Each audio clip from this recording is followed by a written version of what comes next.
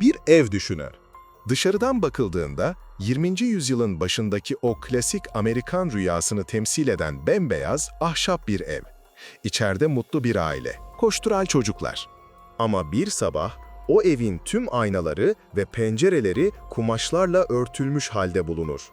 Ve bu örtülerin ardında Amerika tarihinin en esrarengiz ve en vahşi dosyalarından biri yatmaktadır. Gizemli Arşiv 13'e hoş geldiniz. Bugün 1912 yılında işlenmiş ve hala çözülememiş korkunç bir vakayı inceliyoruz. Villisca Balta Cinayetleri. Burası Villisca, Iowa. 1900'lerin başında yaklaşık 2000 kişinin yaşadığı, herkesin birbirini tanıdığı, kapıların kilitlenmediği sakin bir ortabatı kasabası. Hikayemizin merkezinde saygın Moore ailesi var. Baba Josiah, anne Sarah ve 4 çocukları Herman, Catherine, Boyd ve Paul. 9 Haziran 1912 Pazar. O gün kasabadaki Presbiteryen Kilisesi'nde Çocuklar Günü kutlamaları vardı. Etkinliği organize eden komitenin başında Sarah Moore bulunuyordu. Moore ailesi tüm gününü kilisede geçirdi.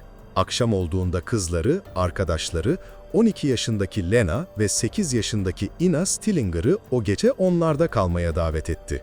Stillinger kardeşler bu teklifi mutlulukla kabul etti. Bu, onların son mutlu gecesi olacaktı.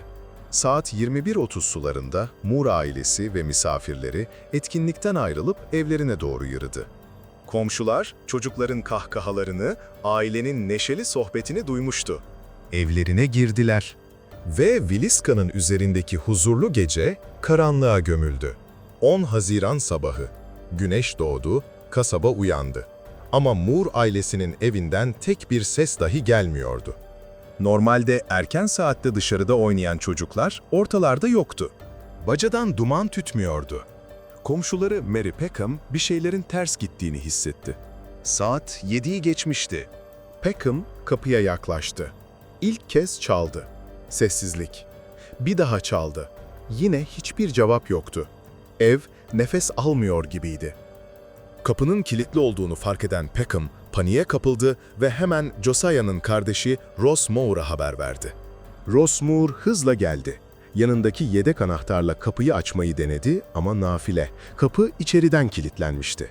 Evin etrafını dolaştı, arka kapıyı zorladı ve sonunda mutfak kapısını açmayı başardı. Ross Moore'un içeri adım attığı o an, Villisca kasabasının masumiyetinin öldüğü andı. Ev karanlıktı. Pencereler örtülmüştü. Ross, alt kattaki misafir odasına yöneldi ve yatakta hareketsiz yatan 2 küçük silüeti gördü. Bunlar misafir olan Stillingers kız kardeşlerdi. Ross Moore evden dışarı fırladı ve sokakta bağırdı. "Aman Tanrım, biri içeride, Moore ailesinin tamamını öldürmüş." Dakikalar içinde tüm kasaba evin önüne yığılmıştı. Doktor, şerif, meraklı komşular. Kimse bunu bilmiyordu ama bu merak, delillerin sonsuza kadar yok olmasına neden olacaktı. İnsanlar eve girip çıkıyor, odaları karıştırıyor, hatta cinayet silahını ellerine alıyorlardı. Peki şerif ve doktor içeride tam olarak ne gördü? Bu sıradan bir cinayet değildi. Bir öfke patlamasından çok korkunç bir ayini andırıyordu. Evdeki 8 kişi, Moore ailesi ve Stillinger kardeşler uykularında katledilmişti. Cinayet silahı, evin bahçesindeki odunluktan alınmış bir baltaydı.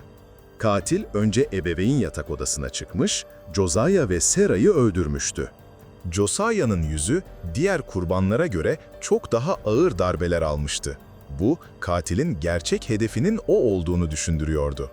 Ardından katil metodik bir şekilde diğer odalara geçmiş, çocukları da yataklarında öldürmüş, son olarak Stillinger kardeşlere ulaşmıştı.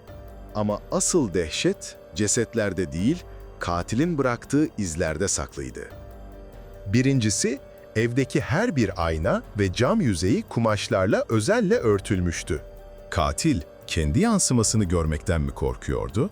Yoksa kurbanların ruhlarının geri dönmesine mi inanıyordu? İkincisi, katil cinayetlerden sonra acele etmemişti. Mutfakta yarım bırakılmış bir tabak yemek ve içinde koyu kırmızı bir sıvı bulunan bir kap vardı. Katil, evde saatlerce kalmış, yemek yemiş, ellerini yıkamıştı. Üçüncüsü, buz kutusundan çıkarılmış, kumaşa sarılı büyük bir paket.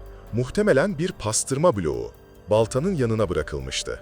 Bu bir sembol müydü? Bir tür uğursuz kurban ritüeli mi? Dördüncüsü, Lena Stillinger'ın bedeni diğerlerinden farklı ve rahatsız edici bir pozisyonda bulunmuştu. Kıyafetlerinde hafif bir bozulma vardı, ancak adli incelemede herhangi bir saldırı izi bulunmadı. Bu, katilin zihinsel durumuna dair karanlık ipuçları taşıyordu. Ve son olarak, katil evden ayrılırken tüm kapıları içeriden kilitlemiş, anahtarları alarak ortadan kaybolmuştu. Soru şuydu: 8 kişiyi ses çıkarmadan öldüren, evde saatlerce kalan, ritüelvari davranışlar sergileyen bu gölge kimdi? Teoriler burada devreye giriyor. Teori 1. Rakipler ve kiralık katil Frank F. Jones, Blackie Mansfield. Söylentilere göre Senatör Frank F. Jones, Josiah'nın yıllar önce kendi işinden ayrılıp rakip bir mağaza açmasını affetmemişti. Bazıları Jones'un ünlü kiralık katil Blackie Mansfield'ı tuttuğuna inanıyordu. Josiah'nın yüzündeki aşırı darbeler bu teoriyle uyumluydu. Fakat hiçbir zaman kanıtlanamadı. Teori 2, gezgin vaiz, rahip George Kelly. En tüyler ürpertici şüpheli. Kelly, o pazar günü kilisedeki etkinliğe katılan, ruhsal sorunları olan bir vaizdi. Genç kızlara yönelik uygunsuz davranış geçmişi vardı. Daha da korkuncu, cesetler bulunmadan önce Villisca'da 8 kişi öldürüldü demişti. Yıllar sonra cinayeti itiraf etti, ancak daha sonra ifadesini geri aldı. Teori 3. İlk cinayetini deneyen seri katil Henry Lee Moore. Soyadı benzerliği tesadüf olsa da Henry Lee Moore kısa süre sonra anne ve büyükannesini balta ile öldürdü. Acaba Villisca onun ilk vahşi denemesi miydi? Onlarca şüpheli, 2 dava, yıllar süren soruşturmalar.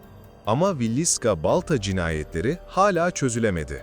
Kirlenmiş bir suç mahalli, küçük bir kasabada yayılan panik. Ve belki de adaletin karşısında duran çok güçlü bir gölge. Ama hikaye burada bitmiyor. O ev bugün hala ayakta. Ve Amerika'nın en aktif paranormal noktalarından biri olarak anılıyor. Ziyaretçiler üst kattaki odalardan gelen çocuk sesleri duyduklarını söylüyor. Bazıları görünmeyen bir el tarafından itildiğini iddia ediyor. Ve ürperticisi, evdeki aynaların hala zaman zaman kendiliğinden örtülü bulunduğu söyleniyor. Sanki o ev, 110 yıl önce yaşanan o gecenin ritüelini her gece tekrar yaşıyormuş gibi. Siz ne düşünüyorsunuz? Katil, intikam peşindeki bir düşman mıydı? Zihinsel dengesi bozulmuş bir vaiz mi?